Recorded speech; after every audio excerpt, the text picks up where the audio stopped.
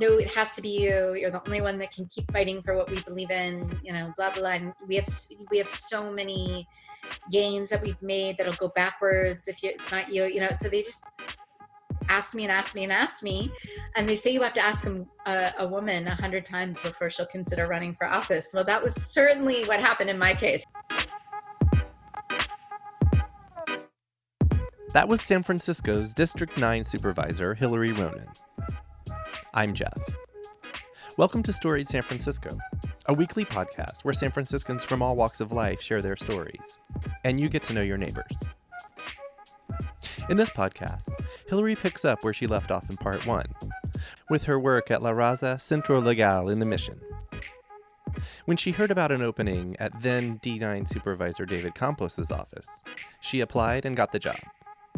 Fast forward to 2016, when Hillary was tapped to run to replace Campos. She shares a bittersweet election night victory in November that year, her time in office, her work with former Mayor Ed Lee, and her hopes of being reelected this year to serve another 4 years on the Board of Supervisors. Here's Hillary.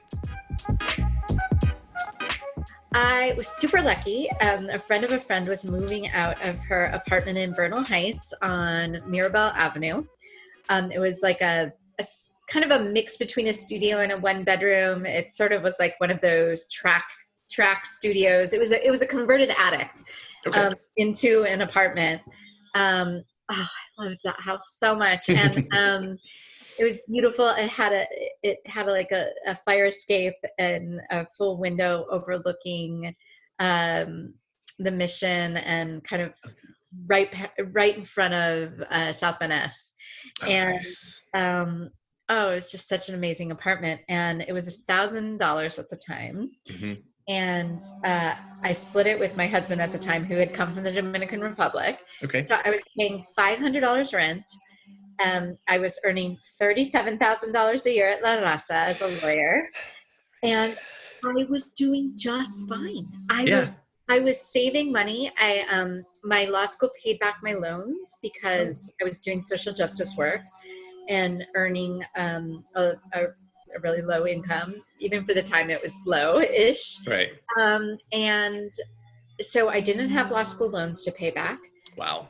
My rent was $500, and I was living like I was living in Barcelona. Like I could cover my food and my expenses, and I didn't live a lavish life in any way, but I lived great. I had no complaints, and I was loving San Francisco, and I was able to be a nonprofit lawyer, and there were like the vibrant arts community in the Mission at the time. And, it wasn't that people weren't being displaced. It was the first wave of gentrification and the tech boom and the displacement before the bubble burst. And so there were fights going on. The Mission anti-displacement movement was alive and well. Mm-hmm.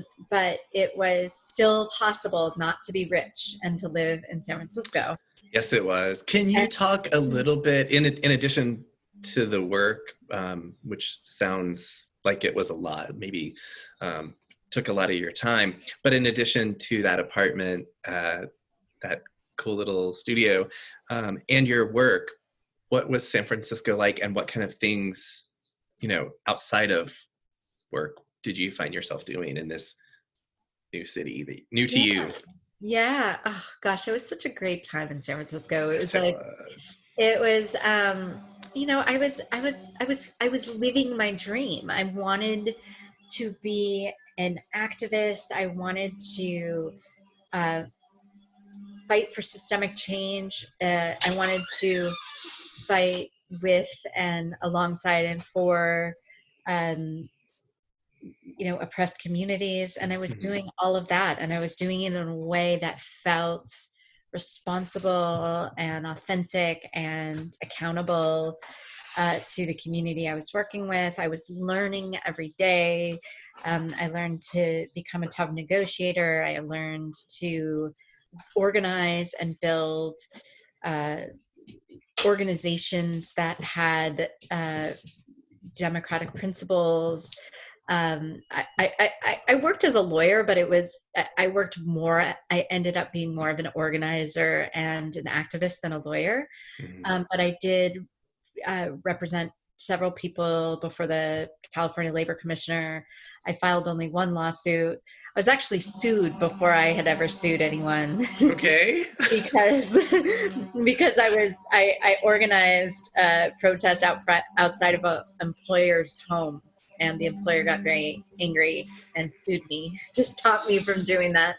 We would organize these 6 o'clock in the morning protests, and we would descend upon the employer's home and say, do chants and pay your workers. And we eventually got the wages back for the workers. And it was amazing. And yeah, no, my time at La Raza was incredible. And at the time I was, my first husband had moved from the Dominican Republic, and was getting used to the city, and he's a graphic designer, so he was really engaged in the art community, and got a job with Design Action Collective, which is an activist graphic design cooperative. And so we just had this incredible community of artists and activist lawyers and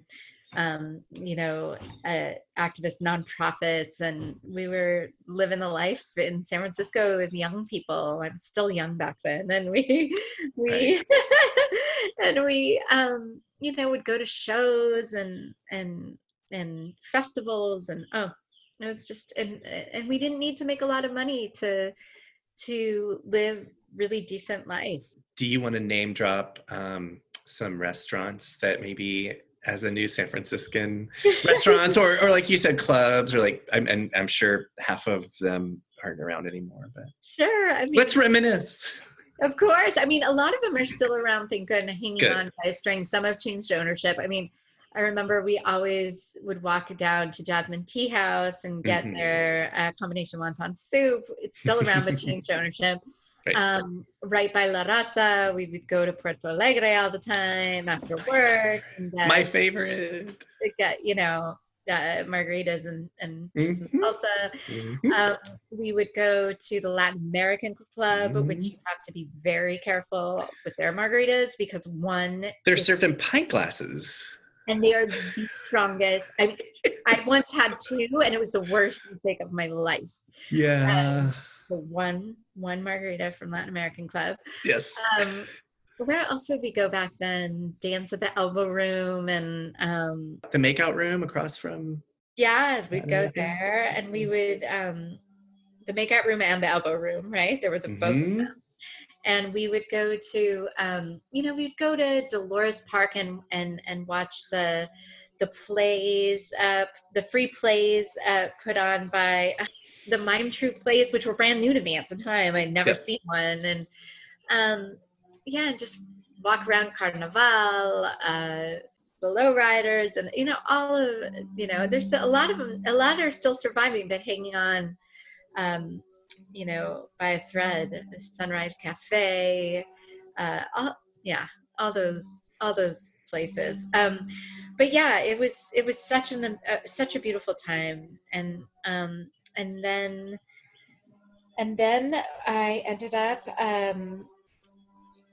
My husband and I broke up because the culture clash was just too big, I think, but we're still really good friends and love each other a lot. And does he still live in the city, or did he? He lives in Oakland now. Oh, okay. Where Design Action Collective is. Okay. Is located. And it was a hard breakup, but ended really well, and we both met the right people for us, and still see each other and laugh at the old times. Cool. But that was sort of the second period of my life where I was working at La Raza, and my now husband of we're going to be married 10 years together, 12 years. Wow. Now worked as a lawyer doing immigrant rights at Dolores Street Community Services. Okay. While I was working as a lawyer doing immigrant rights at La Raza Centro Legal, I lived at the time, because I moved out of my Mirabel house after I broke up with my first husband, and moved into a studio at 23rd and in San Jose, like right on Okay. Mission. Yeah. And Francisco, my husband now, lived on, I think it was 25th and Guerrero. And then Oh, both of our jobs were on Valencia Street. And so we would walk to work and home from work every day and bump into each other. And we knew each other through mutual friends. mhm. So we weren't strangers, but we didn't know each other well. And we bumped into each other and we kept making jokes about it. And then, we started flirting and one thing happened to another. And 12 years later, we have a 7-year-old daughter and a guinea pig. Yes. And I gotta congratulate you on the guinea pig. Thank you. I've been following that on social media. No, it's a new family member. It's a new, for sure. With the Domestic Worker Coalition and the Women's Collective at La Raza Centro Legal, I helped write the first version of the Domestic Worker Bill of Rights that Tom Amiano introduced in the state assembly and eventually became law in California. And Awesome. I loved writing the law because I was so frustrated of, everyday labor in San Francisco has worked and been ripped off. It's like so commonplace. It's so awful. And I had been, for 6 years going after those wages in every single case. And it was like a Band-Aid. I was just going after wages. We got a lot of them back. We didn't get a lot of them back. Mhm. What was really disheartening about the experience is usually the people exploiting day laborers were only one rung up the ladder in terms of wealth. I mean, they were like, independent, small scale construction workers, and then they would rip off day laborers who were at the bottom of the ladder, right? And so it was just depressing, quite frankly. It was just poor people exploiting poor people, and Right. I wasn't really going after the type of systemic change that I wanted to see, Right. which is the real bad guys, the big The corporates owners. and the multi, the ones that all the laws are rigged to protect and to give tax breaks to, while the rest of us pay through the teeth, all that kind of stuff. Right. It wasn't happening. I was doing something good, but it wasn't happening. And when we wrote the Domestic Worker Bill of Rights, that was going to systemically change the law to impact an entire group of workers. They were generally those who could hire domestic workers were usually much more wealthy than the low-level contractors. So I felt like we're moving up the economic ladder in terms of those exploiting a workforce. Okay. And I just loved it. And all of a sudden, David Campos, and it's funny because I didn't support David Campos when he ran for office. Okay. I supported Eric Casada, who was a friend of mine and a long-term mission anti-displacement activist. He was the executive director of Dolores Street Community Services and later passed away quite young from cancer, but was a hero to so many of us. I had supported Eric. And so, but all of us, including Eric, fell deeply in love with David Campos when he was fighting to protect undocumented immigrant youth that Gavin Newsom at the time was helping immigration authorities deport. And so did David come in around 2008? Was he elected in 2008? Yes. Okay. Yes. And Newsom was still mayor. Still the mayor, and I was at La Raza at this time. Okay. And so he had an opening for a legislative aide, and I thought, oh my gosh, here's like a perfect opportunity. Even though I was still loving my job at the time, I was like, I could work on systemic change. I could write laws. I could do it locally because, I'm very into working locally. I like to see the people I'm working with and work alongside them. I don't like to be removed. And I was like, this sounds really fun. And so I applied for the job. I think like 280 people or something had applied for the job. I found out only later. And my soon-to-become coworker, Sheila Chun-Hagan, his other legislative aide, created this like very difficult test. And you had to take 2 tests, and you had to be interviewed several times, which is so Sheila to do this. And I loved it. I loved every part of it because I only wanted to leave La Raza and do the job if like I could really be radical and do the work I wanted to do. And so I didn't hold back. I wasn't desperate for the job. I was really happy at La Raza, but I wanted to, was thinking of a change. And so I was just myself 100%. And I remember the questions they asked. I didn't try to be cagey or political about it. I was just, there was a hypothetical of, what would you do if parents at a school were complaining about the taco truck, in front of the school? What would you do? And I was like, well, first I would try to see if there was a way for the school to use the taco truck's food, in some way to give them more economic opportunity. But if it came down to it, I'd fight for the rights of the taco truck. Like I was still in my like worker rights, Yes. And of course, David and Sheila are as radical as I am. So they loved me and they hired me. And I ended up working for David for, 6.5 years as a legislative aide, and loved every minute of it. So you must have come in a little after his term started. Okay, got about it. 1.5 years. Yeah. Okay. So, and I stayed with him to the very end, and I've had three really great mentors in my life. One of them, Renee Salcedo, another one, Guillermina Castellanos, who runs the Women's Collective of the San Francisco Day Labor Program, and just taught me a whole other way of having courage and being accountable to community.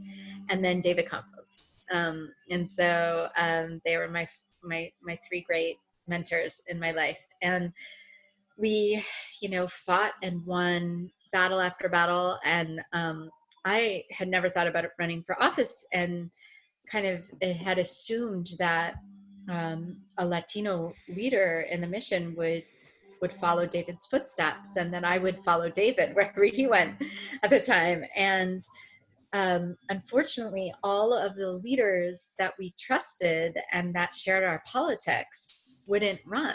And so David and my coworker at the time, Nate Albee, were pushing me to run, and I was like, no way. I've never thought of running for office. This is not my dream. This is not what I want to do. Were you part of David's reelection campaign in 2012?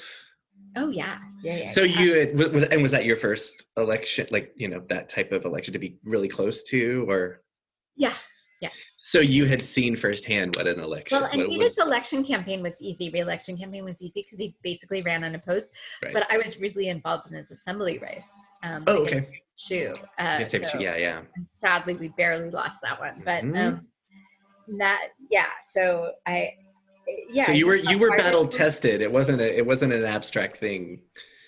Just putting yourself. I don't know about that. Being a candidate is a whole other thing, and then working on a campaign, it's my gosh, it's so hard. Yeah. So David and Nate worked on me, and no, it has to be you. You're the only one that can keep fighting for what we believe in. Blah blah. And we have so many gains that we've made that'll go backwards if it's not you. So they just asked me, and they say you have to ask a woman 100 times before she'll consider running for office. Well, that was certainly what happened in my case. I was like, it had never occurred to me to run for office. Like it wasn't just not my dream. It literally had not crossed my mind as an option. Mm-hmm. I was so not there mentally. Mm-hmm. And then when you get asked 100 times, you start thinking about it. And then I was like, well, I guess I could do this. I guess I'm going to be out of a job anyway.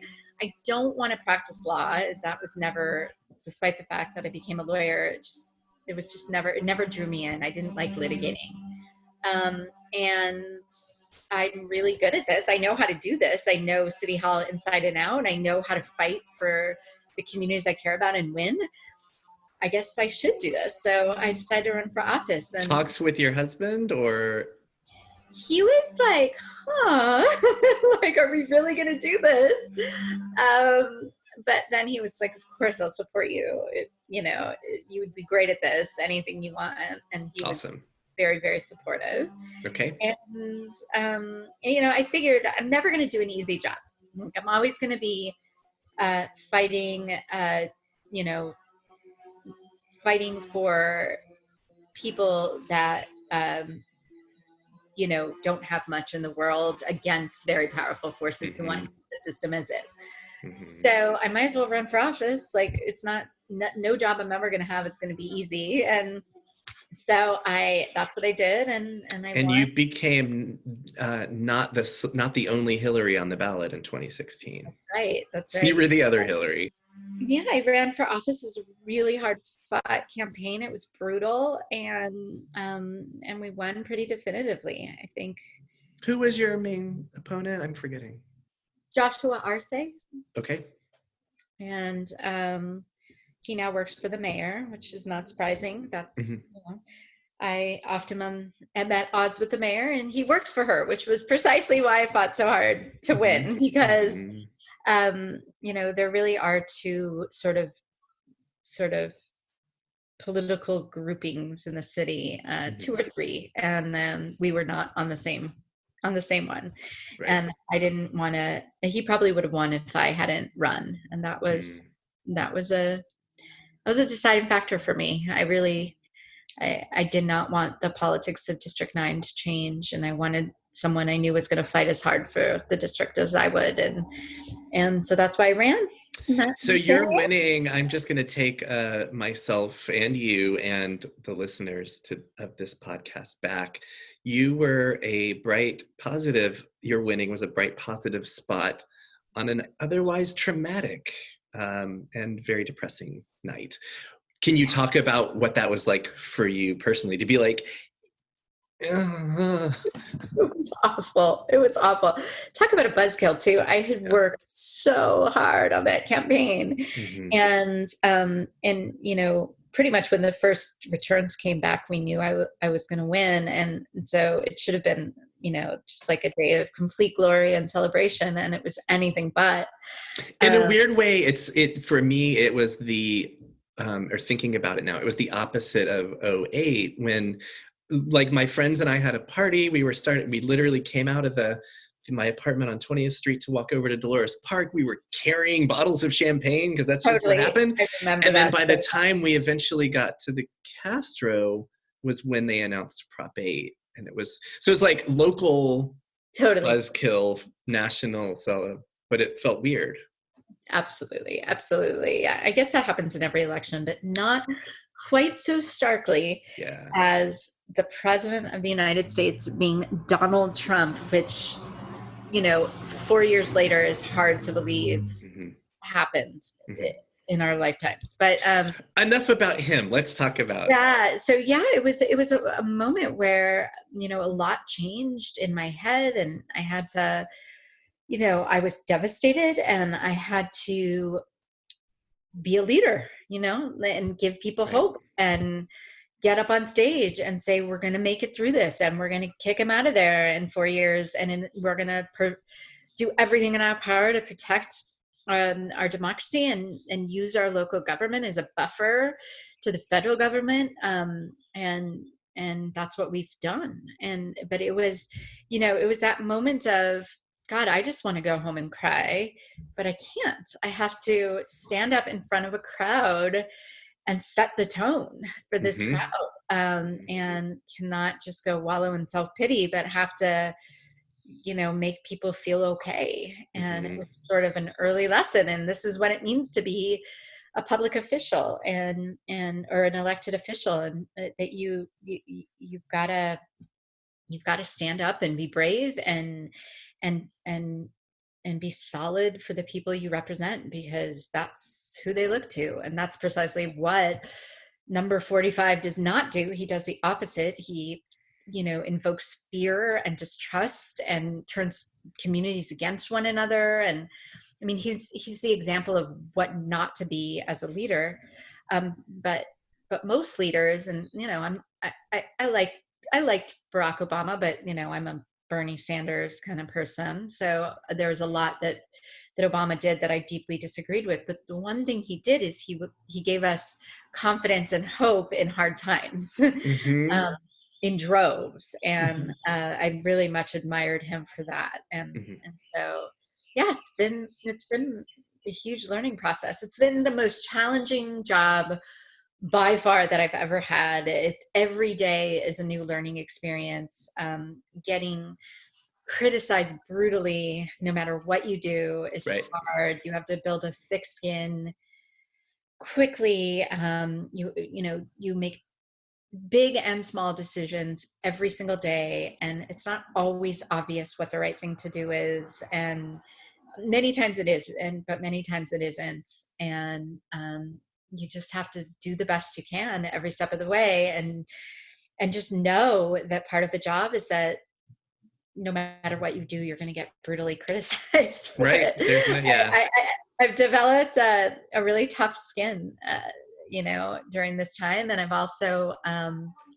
also feel for politicians in a way that I never did. Like, I used to brutally criticize politicians too. And I'm a little nicer now, which doesn't mean I don't criticize. It just means I'm a little bit more forgiving and understanding Empathetic. the realities that they operate in, Yeah, you understand more what they might be up against and the pressures and the pressures. And also what have you done for me lately? It's like you give your heart and soul and win the toughest battle in the world, and you get 2 seconds to pat yourself on the back and be excited. And then 500 people are saying, why aren't you doing this? And why aren't you doing that? Like, it's never enough. And it shouldn't be. It's the job, but it's really hard. It's a hard job. If you will talk about the passing of Ed Lee, and then you are running again this year, correct? I am, yes. So those two things, if we can. Yes, short of end for that. Okay. Yeah. So the passing of Ed Lee, it was interesting because I ran more against Ed Lee than I did against Josh Arce, because Ed Lee had endorsed Arce, and I felt was really running the city in the wrong way at the time. And so I didn't criticize Josh very much. And when I was running, I criticized Ed Lee a lot. In fact, I was one of the first people to just openly and brutally criticize him. And so when I became elected and started working with him, I was like, oh God, this is going to be uncomfortable. I had said some pretty ruthless and brutal things to him. Okay. Or about him, I should say. And when the first thing that I worked on was the raging homeless crisis in my district. I'm still working on it. But there were 260 tents with about 500 people living in the streets of the Mission, if you remember. They were everywhere. And it wasn't okay. It wasn't okay for anyone. It wasn't safe. It wasn't okay for people that were unhoused. It wasn't safe for the people that were housed. And it was just so wrong. And I worked really hard to try to fix it. And I needed the city departments to work with me. And, very sadly nowadays, Mohammed Nuru at the time was really helpful in fixing the crisis in the Mission. And he was close to Ed Lee. And he brokered a meeting with me and Ed Lee to talk about it.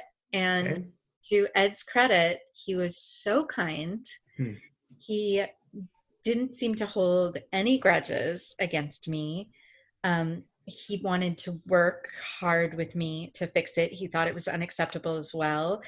And he teamed up with me to fix the situation in the Mission. And it was a big learning lesson for me, because I thought to myself, wow, first of all, he's a really nice guy. Behind the scenes, I might disagree with him politically, but he is the nicest person. He was just funny and fun and sweet and kind. And you're not the first person to tell me that. Yeah. And and then he was, he didn't take it personally either. He had a thick skin, and he was like, sure, we disagree on a lot, and you spoke about me in a way I don't appreciate, but what's more important right now is we have to get people experiencing homelessness safely indoors, and we have to fix the situation in the Mission. And we teamed up and we did that together. Okay. So I had developed a really a complicated feelings about him, because while I still disagreed with a lot of what he did to lead San Francisco at the time, I had a lot of appreciation for who he was as a person, and also how he treated me and how he treated the unhoused population in the mission. He cared genuinely about those people, and he would come out and talk to people, and you could just see he was natural with them. It wasn't fake or put on or a publicity stunt. It was real. He was relating to people in a real way, and he cared about them. And so my feelings about Ed Lee, and I was very sad when he passed away. And I have really, really complicated feelings for him. I really appreciated him a lot more when I was able to work with him. Right. And sadly, that has not been the same with London Breed, which is okay. Sad. You can talk about that if you want. I was going to ask if the thought ever ran through your mind of running back in the special election. No. You're like, I'm good. I'm good being a supervisor. Maybe one day, but I have a 7-year-old, as you've seen, and it is so hard being the mom that I want to be to my daughter as a supervisor, because this is an all-encompassing job. There would be no way I could be the mom I wanted to be and be the mayor of the city and county of San Francisco. It's a nonstop job. And I just I wouldn't be the mom I would want to be, and I wouldn't be the mayor I would want to be. Right. Because I can't do them both together. And I struggle enough doing the supervisor and mom, but I'm pulling that off. I'm making that happen. Which is a perfect segue. If we can. I'm running again for office. It's an election year. It's an election year. I'm running for to continue being the supervisor of District 9 for another 4 years. It's just, as I said, it's been a great honor. We've accomplished so much. I'm still young enough and energetic enough to do this job with everything I've got and to do it well. And I've learned how to be the mom I want to be and still do this job. And so, I'm really excited to be running for reelection. What are maybe the top 2 things you hope to accomplish if you're given a second term? Well, I know that's not easy. Oh, no. It is easy, actually. Okay. I know there's going to be new things. And of course there's going to be the recovery. We're in one right now. Yeah. But I have to say the 2 things that have been my heart and soul my first term are probably going to continue to be my heart and soul the second term, with some new things, I'm sure. Because they're not quick fixes, right? So I've worked on so much, but the things that are not finished are truly fixing the homeless crisis on the streets of the mission. It's never felt right to me. It's never been right. It's not right for anyone. It's not safe for anyone. And our solution to homelessness cannot be to set up tents on city streets. It's not dignified. It's not fair. Right. And related to that is mental health SF. So we unanimously passed a law to create a fixed mental health and system for those that are severely addicted to drugs. It's a beautiful law. It will fix our system. My deep sadness is that we had a whole plan. It was going perfectly, and then COVID hit, and we now have a $1 billion hole in our budget. And I have yet to know how that's going to impact mental health SF.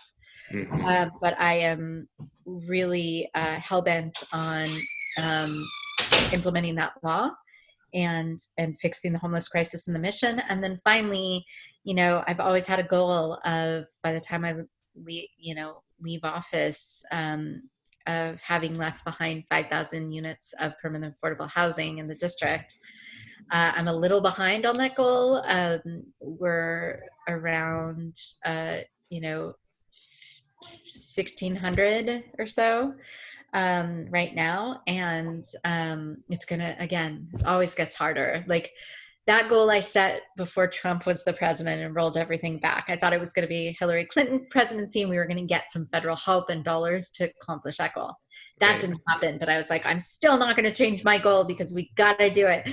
And so I've been fighting with the community to make this happen. And then COVID-19 happens and we have $1 billion hole. So, every time I think we're going to do it anyway, there comes another major challenge that takes us off track. But I'm never going to change my goal. We have to have high ambitious goals and we have to do everything in our power to achieve them if we're going to accomplish the impossible. And the impossible is making sure that the middle and working class of San Francisco can continue to live in the city because they are what makes it great. And we can't let this be a city only for the rich. I refuse to let that happen. That was Hillary Ronen. Join us next week when we'll get to know lifelong San Franciscan journalist Joe Fitzgerald Rodriguez. Music for Storied San Francisco is by Otis McDonald. Photography is by Michelle Kilfeather. The show is hosted and produced by me, Jeff Hunt. Our website is storiedsf.com, where you can browse more than 100 episodes and help support us by buying merch from our store. Please follow us on Twitter and Instagram, and subscribe to the show wherever you listen to podcasts. If you see an option to rate and review the show, we'd sure appreciate it. And if you have any feedback for us or people you think should be on the podcast, our email is storiedsf@gmail.com. Thanks a lot for listening. Stay healthy and stay safe.